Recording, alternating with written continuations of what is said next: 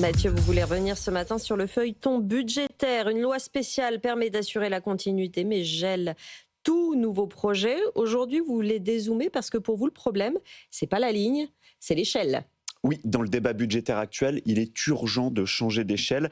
Prenez l'exemple de l'agriculture. Sébastien Lecornu dit en faire une priorité. Eh bien, le Brésil vient d'annoncer un plan agricole d'environ 90 milliards de dollars pour arroser son agrobusiness de liquidités et de technologie. De l'autre côté, l'Union européenne, elle, produit plus de 500 milliards d'euros de valeur agricole par an. C'est énorme, mais chacun continue à raisonner pays par pays plutôt que comme un bloc qui pèse face à ces géants. Autre priorité affichée par Sébastien Lecornu, la recherche. Mais là aussi, on voit que cette question d'échelle, elle est brutale. La Chine est devenue la première machine à brevet au monde sur l'intelligence artificielle devant les États-Unis. Rendez-vous compte, l'année dernière, sur seulement un an, la Chine a déposé plus de brevets sur l'intelligence artificielle que l'Europe, les États-Unis, le Japon, le Canada et la Corée du Sud réunis. Pour Donald Trump et Xi Jinping, ils sont clairement engagés dans une bataille autour de l'intelligence artificielle et dans leur esprit, celui qui remportera cette bataille sera clairement le maître du monde. Et cette question-là, elle fait aussi écho en Russie quand on voit le chef d'état-major des armées russes qui a écrit un texte il y a quelques semaines, publié dans la revue Global Affaires liées au Kremlin, dans laquelle il dit clairement que l'armée qui aura le plus de puissance de calcul sera l'armée qui aura une supériorité sur les autres. Pourquoi je vous dis ça ?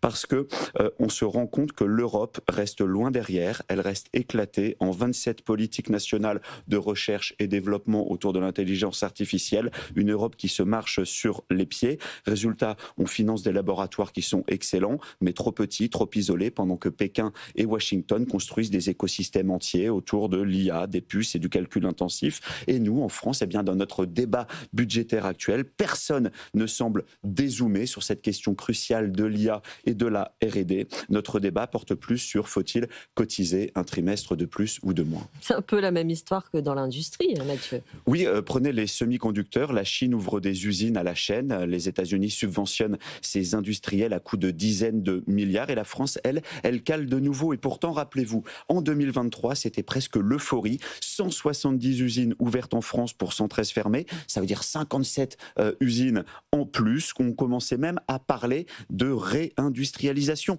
Mais l'année dernière, le soufflet est vite retombé. Moins d'ouverture, plus de fermeture. Un solde qui s'approche dangereusement de zéro au plus bas depuis plusieurs années. En clair, pendant que les autres passent la vitesse supérieure, nous, on semble déjà en train de rétrograder. Et c'est là que cette question d'échelle apparaît, puisqu'un pays comme la France, de 70 millions d'habitants, ne gagnera pas cette course contre des pays continents comme la Chine ou les États-Unis.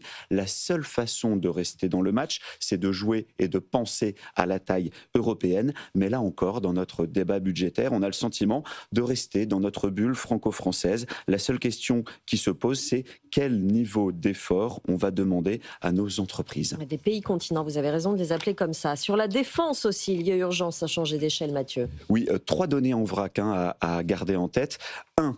Vous avez l'Allemagne qui a levé récemment un tabou en votant un fonds spécial de 100 milliards d'euros pour moderniser son armée. Elle prévoit de faire progressivement bondir son budget de défense. Et nous, pendant ce temps, en France, qu'est-ce qu'on a ? On a une loi spéciale qui garantit une continuité budgétaire, mais qui gèle tout nouveau crédit dont a besoin en urgence, notamment notre armée. 2, vous avez la Chine qui, elle, aligne désormais la plus grande flotte navale du monde en nombre de navires, avec plus de bâtiments que l'US Navy. Elle continue de lancer des unités à un rythme industriel. 3e donnée à garder en tête, vous avez les états-majors du monde entier qui s'attendent à un conflit ouvert autour de Taïwan en 2027 et à un conflit ouvert entre la Russie et l'OTAN avant 2030. C'est donc un tableau militaire et stratégique qui exige de chacun agilité, coordination et des milliards d'investissements. Donc vous voyez, quand on dézoome, tout cela remet en perspective nos débats budgétaires passionnels. Si on se place à cette échelle-là, nos polémiques fiscales ressemblent un peu à des querelles de copropriété dans un monde où les autres sont en train de bâtir des empires industriels, technologiques et militaires. Donc pour 2026, changeons d'échelle. Merci Mathieu Jolivet. Vous